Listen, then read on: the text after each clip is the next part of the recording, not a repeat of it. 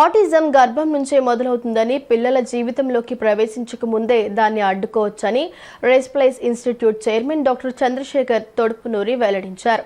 Autistic పిల్లలకు ప్రధాన చికిత్స ఫీకల్ మైక్రోబయోటా ట్రాన్స్ప్లాంటేషన్ థెరపీ అని, ఆ చికిత్సను అందించే మొట్టమొదటి సంస్థ రెస్ప్లైస్ ఇన్స్టిట్యూట్ అని స్పష్టం చేశారు.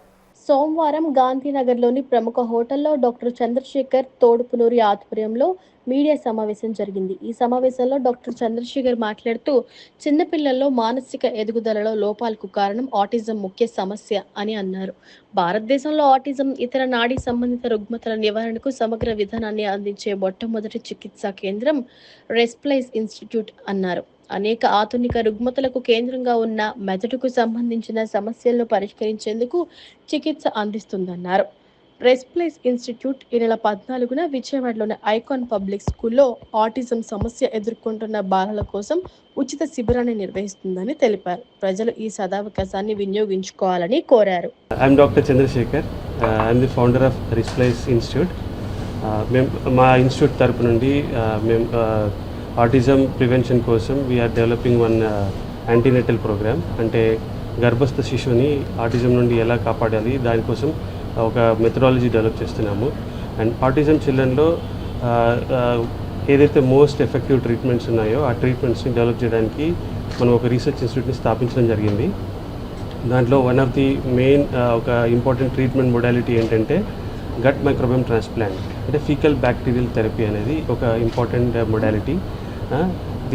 దీనికి ఉన్న రిఫరెన్స్ ఏంటంటే, మనకి ఆటిజం అనేది మనకి కెమికల్స్, గర్భస్థ శిశువులోకి మనం తీసుకుంటున్న కెమికల్స్ ఏదైతే ఉన్నాయో అవి వెళ్ళడం ద్వారా ఫస్ట్ 1000 డేస్ ఆఫ్ ది లైఫ్లో చిల్డ్రన్కి గట్ బ్యాక్టీరియా సరిగ్గా రావడం లేదు. దానివల్ల వాళ్ళు చాలా రకరకాల మెడికల్ ప్రాబ్లమ్స్ ఫేస్ చేస్తూ ఉంటారు. సో ఈ ప్రాబ్లమ్స్ నుండి కాపాడడం కోసం, వాళ్ళని ఈ ప్రాబ్లమ్స్ నుండి సేవ్ చేయడం కోసం గట్ బ్యాక్టీరియల్ థెరపీ అనేది ఇంపార్టెంట్. సో ఇది రీసెర్చ్లో ఉంది. 2019లో కూడా యూఎస్లో ఒక రీసెర్చ్ పబ్లిష్ అయింది. And same kind of research మనం ఇక్కడ చేస్తున్నాము మన రీసెర్చ్ ఇన్స్టిట్యూట్లో. సో ఈ particular treatment is very effective for children with autism. నేను ఒక ఆటిస్టిక్ కిడ్ మదర్ని అనమాట. సో ఏదైతే ఇప్పుడు సొసైటీ ఫేస్ చేస్తుందో major challenges like life style disorders కానీ, ఇంతకుముందు మనం చూడని ఇప్పుడు ఎన్నో జబ్బుల గురించి మనం ఇప్పుడు మాట్లాడుకుంటుంటే అది జస్ట్ ఏదో అవుతున్నాయి, దానికి అలోపతి మెడిసిన్స్ ఏవైనా మార్కెట్లో ఉన్న వాటికి అందరికీ అవేర్నెస్ ఉంది. బట్ ఇప్పుడు మేజర్గా మనం ఫేస్ చేస్తుంది, ఎస్పెషల్లీ ఆఫ్టర్ కోవిడ్, అందరికీ అవేర్నెస్ చాలా ఇంపార్టెంట్. అది న్యూరల్ డెవలప్మెంటల్ డిసార్డర్స్ గురించి. సో దీంట్లో మనకి autism, cerebral policy, down syndrome, పిల్లలకి డెవలప్మెంటల్ డిలేస్, గ్లోబల్ డిలేస్ ఇవన్నీ చాలా చూస్తూ ఉంటాము. దీనికి వచ్చినప్పుడు పిల్లల్ని అదేదో మందబుద్ధిలాగా, పిల్లలు ఇంటలెక్చువల్ డిసబిలిటీ ఉంటుంది, వాళ్ళు ఈ సొసైటీకి పనికిరారు అనే ఇదిలో ఉంటున్నాము. బట్ వాళ్ళకి యాక్చువల్గా సపోర్ట్ ఇవ్వాల్సింది చాలా అవసరం. Not only to the kids who are affecting with autism, ఆ ఫ్యామిలీస్కి కూడా సపోర్ట్ చాలా అవసరం. సో దాని గురించి కావాల్సిన అవేర్నెస్ కానీ యాక్సెప్టెన్స్ కానీ మనం ఇప్పుడు చూస్తున్న సొసైటీలో లేదు. సో మెయిన్ ఆటిజం అంటే పిల్లలకి సోషల్గా, ఎమోషనల్గా, బిహేవియర్గా ఛాలెంజెస్ చాలా ఉంటాయి. సో వాళ్ళకి ఈ సొసైటీలో ఎలా అర్థం చేసుకోవాలి, వాళ్ళకి కావాల్సిన నీడ్స్ని ఎట్లా ఎక్స్ప్రెస్ చేసుకోవాలి, అండ్ దాంట్లో మనకి మైల్డ్, మోడరేట్, సివియర్ అనే ఛాలెంజెస్ ఉంటాయి. సో ఆ పిల్లలకి కావాల్సిన సపోర్ట్ ఇవ్వడం అనేది చాలా ఇంపార్టెంట్. మనం ఫస్ట్ ఆటిజం అంటే ఏంటో తెలుసుకోవాలి. ఆటిజం అంటే ఏంటంటే డెవలప్మెంటల్ డిలే. మనం చిన్నలో చూస్తూ ఉంటాము, చిన్నపిల్లలు స్పీచ్ అంటే 1 సంవత్సరంన్నర మాట్లాడాల్సిన పిల్లలు ఇంకా మాటలు రావు, ఏంటి మాటలు రాలేదని తల్లిదండ్రులకి, అంటే యాక్చువల్గా ఏంటంటే తల్లిదండ్రులకి యాక్సెప్ట్ చేయరు, దాన్ని ఆటిజం ఉందన్న దాన్ని కూడా యాక్సెప్ట్ చేయరు. కానీ అది స్పీచ్ డిలే అవటం కానీ, అట్లాగే నెక్స్ట్ ఏంటంటే ఇంకా తర్వాత జరగాల్సిన అంటే నడక రావాలి, నడక రాదు, ఎందుకు రావట్లేదు అనేది వాళ్ళు యాక్సెప్ట్ చేయరు. అదే వస్తుందిలే, 2 సంవత్సరాలు పోయింది కదా, 2 సంవత్సరాలు పోయింది కదా, అదే వస్తుంది అనుకుంటారు. కానీ అది లక్షణాలన్నీ కూడా ఉంటాయి. ఇలాంటి లక్షణాలకి డాక్టర్ చంద్రశేఖర్ గారు రెస్ప్లైస్ ఇన్స్టిట్యూట్ ద్వారా వాళ్ళు చాలా రీసెర్చ్ చేశారు దీని మీద.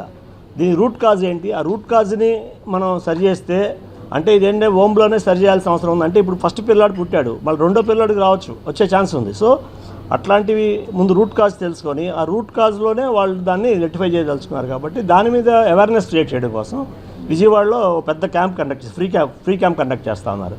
అది ఐకాన్ పబ్లిక్ స్కూల్లో సీతారాంపురం ఏలూరు రోడ్లో కండక్ట్ చేస్తూ ఉన్నారు. 14th సెప్టెంబర్ మార్నింగ్ 9 o'clock నుంచి ఉంటుంది. సో ఎవరైనా సరే పేరెంట్స్ ఆల్రెడీ సఫర్ అవుతున్న వాళ్ళు కానీ వాళ్ళ సలహాల కోసం కానీ అలాగే ఇంకేదైనా దీని మీద అవగాహన పెంచుకోవడం కోసం కానీ ఎవరైనా కూడా అందరూ కూడా ఇన్వైటెడే. ఎవరైనా వచ్చి దీని మీద అవగాహన కల్పించడం కోసం మాత్రమే మేము ఐకాన్ పబ్లిక్ స్కూల్లో ఈ ఈవెంట్ చేస్తూ ఉన్నాము. ఎందుకంటే ఐకాన్ పబ్లిక్ స్కూల్ ఎప్పుడు కూడా ఇలాంటి కార్యక్రమాలు ఎవరైనా చేస్తూ ఉంటే వాటికి మేము విజయవాడలో విందన్గా ఉంటాము. ఆల్రెడీ మేము ఇంతకుముందు మస్కులర్ డిస్ట్రఫీ పేషెంట్స్ కూడా విజయవాడ నుంచి వాళ్ళకి మేము 100% సపోర్ట్ చేస్తూ ఉన్నాము.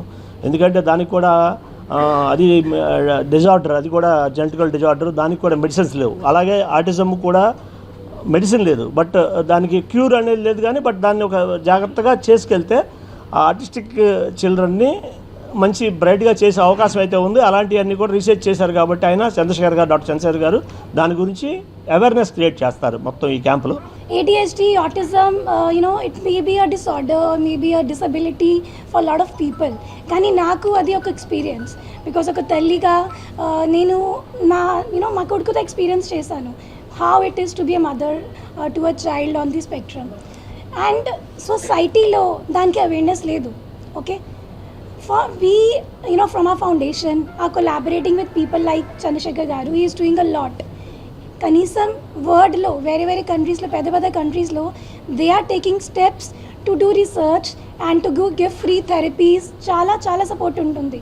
అన్ఫార్చునేట్లీ ఇండియాలో ఎట్లాంటివి ఏ సపోర్ట్ లేదు. ఫ్రీ థెరపీస్ వదిలేయండి, ఉన్న వాళ్ళు కూడా యాక్సెప్టెన్స్ చేయరు. సో స్కూల్స్లో కానీ they don't even allow to have kids on the spectrum in the school. They don't welcome at all. Okay, మనకి ఎందుకు ఏమవుతుంది దానివల్ల? You are breaking the chance at all for a kid on the spectrum to at least grow, to at least learn, to at least nurture in that environment. మేము అక్కడే break చేసేస్తున్నాము వాళ్ళకి. We are not even including them at all. ఎట్లాంటివి చాలా issues వస్తాయి. They go to a park, they can't play there, పిల్లలు వాళ్ళతో ఆడుకోరు. చుట్టుపక్కల ఉన్న వాళ్ళు కూడా అట్లీస్ట్ ఫ్యామిలీ వాళ్ళు కూడా నవ్వుతూ ఉంటారు.